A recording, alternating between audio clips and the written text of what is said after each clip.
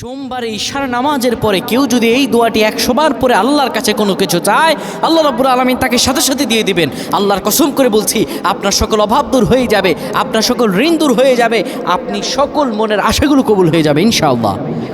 কেউ যদি সোমবার বরকতপূর্ণ রাত, এই সোমবারে আমার রাসূলুল্লাহ দুনিয়াতে এসেছিলেন, সপ্তাহে রোজা রাখারও সওয়াব আছে এই দিনে। কোনো ব্যক্তি যদি সোমবারে ঈশার নামাজ পড়ে সুন্দরভাবে ওযু করে কিবলামুখী হয়ে বসে ইয়া যাল জালালি ওয়াল ইকরাম 100 বার পড়ে, 30 বার দুরূদ শরীফ পড়ে, 3 বার সূরা ইখলাস পড়ে, 3 বার সূরা ফালাক, 3 বার সূরা নাস পড়ে, 10 বার দুরূদ শরীফ পড়ে, আল্লাহর কাছে কোনো দোয়া করে, আমার রব্বুল আলামিনের কাছে দোয়া করতে দেরি হবে, কিন্তু আমার রব আল্লাহ রব্বুল আলামিন দোয়া কবুল করতে দেরি করবেন না।